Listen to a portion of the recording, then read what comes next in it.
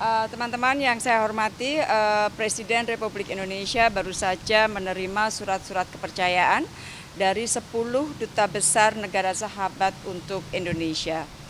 7 duta besar berkedudukan di Jakarta atau kita sebut Residence Ambassadors, yaitu Amerika Serikat, Brunei Darussalam, Bulgaria, Kuba, PNG, Tunisia, dan Rusia.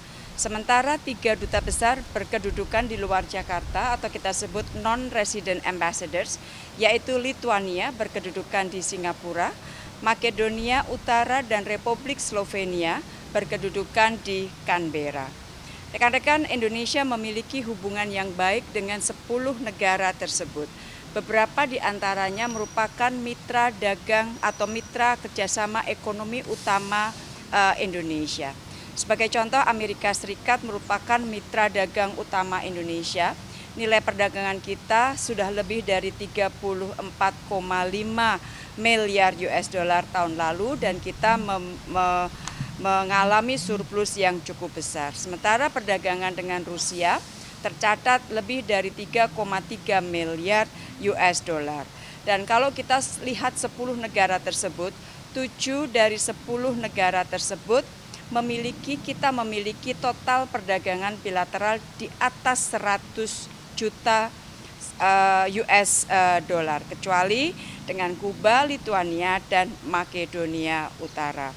Dan kalau kita lihat lebih jauh dari 10 negara tersebut, Indonesia mengalami surplus perdagangan dengan 7 di antara 10 negara tersebut. Nah, di samping itu teman-teman ada beberapa catatan yang dapat saya sampaikan, misalnya dengan Amerika Serikat, sekarang ini kita sedang mencoba mendorong dapat melakukan negosiasi mengenai Critical Mineral Arrangement dan perpanjangan Generalized System of Preference atau GSP bagi Indonesia. Dengan Tunisia sekarang kita sedang mencoba menyelesaikan perundingan Indonesia-Tunisia Preferential Trade Agreement. Kita rencana kalau bisa, kalau dapat tahun ini sudah akan selesai.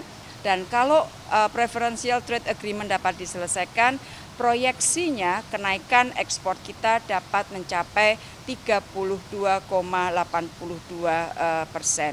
Dengan Rusia kita sedang mendorong penyelesaian perundingan Indonesia Eurasian Economic Union Free Trade Agreement atau Indonesia EAEU FTA yang tentunya juga akan dapat mendorong peningkatan perdagangan Indonesia dengan Rusia dan negara anggota EAEU. Dengan negara anggota UE ada Bulgaria, Lituania, Slovenia.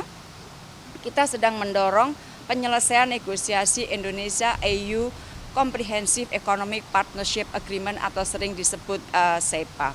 Nah, masih di dalam kerjasama ekonomi teman-teman, kita terus mendorong agar negara-negara dari Amerika Latin dan negara-negara Eropa terus melakukan penguatan. Indonesia memiliki beberapa inisiatif, antara lain Indonesia Latin America and the Caribbean Business Forum yang tahun ini akan dilakukan pada bulan September di Peru, dan juga Indonesia Europe Business Forum yang tahun ini akan dilakukan 7 dan 8 Oktober di Jakarta, dan juga sekaligus kita akan mengundang seluruh dubes baru atau swasta dari 10 negara tersebut untuk hadir dalam Trade Expo Indonesia yang akan diselenggarakan tanggal 9 sampai 12 Oktober di Jakarta.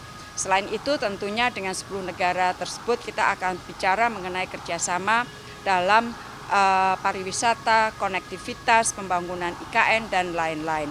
Sementara dengan PNG, negara tetangga dekat kita, hubungan kita sangat baik, tidak hanya bilateral tetapi juga dalam konteks Pasifik, karena PNG memiliki peran yang cukup penting di Pasifik, dan teman-teman tahu bahwa Indonesia ingin memperkuat kerjasama kita di Pasifik.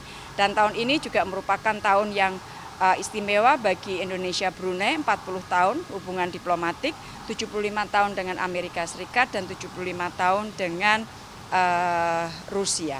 Jadi sekali lagi itu yang substansi atau prioritas yang dari sisi Indonesia melihat yang ingin dimajukan dengan keberadaan 10 duta besar asing negara sahabat untuk Indonesia, dan setelah kegiatan ini setelah penyerahan surat-surat kepercayaan, satu persatu saya akan terima mereka untuk lebih mendetailkan prioritas-prioritas kerjasama dengan ke-10 negara tersebut. Demikian teman-teman, terima kasih.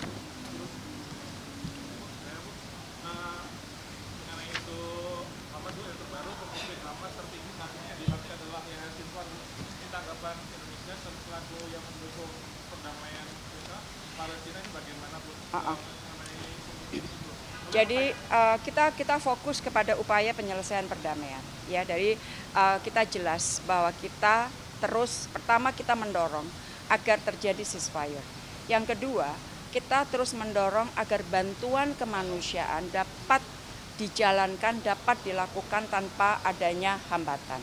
Yang ketiga, kita terus mendorong agar dapat tercapai perdamaian yang berdasarkan two-state solution. Jadi kita tetap fokus, fokus kita akan kita jalankan terus. Dan hari ini saya juga akan menerima ada delegasi dari Palestina yang akan ketemu saya. Mereka adalah tamu dari PBNU dan sore ini jam pukul 3 saya akan menerima beliau dan kembali akan menegaskan dukungan Indonesia terhadap perjuangan bangsa Palestina. Jadi fokus kita jelas dan kita juga berada di depan untuk membantu misalnya negara-negara lain agar mendukung keanggotaan Palestina di PBB, mengakui Palestina, kemudian bagi UNRWA untuk dapat bekerja karena banyak sekali gangguan yang dialami oleh UNRWA yang dimana Indonesia mengatakan bahwa UNRWA perannya masih sangat penting untuk membantu para pengungsi Palestina. Ya. Jadi pertama korban meninggal tersebut beliau sedang berada di salah satu hotel yang terbakar dan beliau dari keterangan medis dikatakan bahwa beliau banyak sekali menghirup asap akibat kebakaran tersebut. Dari pihak Indonesia, dari pihak kita Kemlu sudah berkomunikasi dengan pihak keluarga dari Kemlu dan juga dengan duta besar kita di Dhaka terus melakukan komunikasi untuk bagaimana dapat melakukan evakuasi sebaik mungkin. Hal yang sama kita juga lakukan dengan Libanon, dengan WNI kita yang ada di Libanon. Kita sudah tetapkan Libanon sebagai siaga 1 sehingga upaya untuk melakukan atau komunikasi untuk melakukan evakuasi sudah terus dijalankan. Beberapa kali dengan KBRI kita di Dhaka sempat mengalami masalah komunikasi karena dalam beberapa kali tidak bisa dihubungi, tetapi beberapa hari ini sudah dapat berkomunikasi dengan baik. Terima kasih teman-teman, selamat hari ulang tahun ASEAN. Untuk London, 47. Untuk London, jadi London mungkin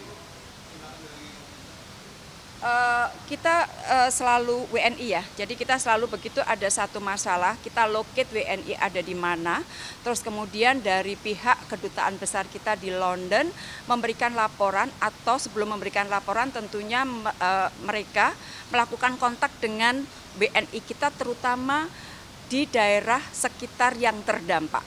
Untuk mengetahui apakah WNI dalam kondisi aman atau tidak. Sejauh ini laporan yang saya peroleh dari duta besar WNI dalam kondisi aman. Jadi itu sudah merupakan protap kita, otomatis begitu ada masalah di satu titik langsung dikontak dan hotline juga terbuka. Terima kasih teman-teman, terima kasih.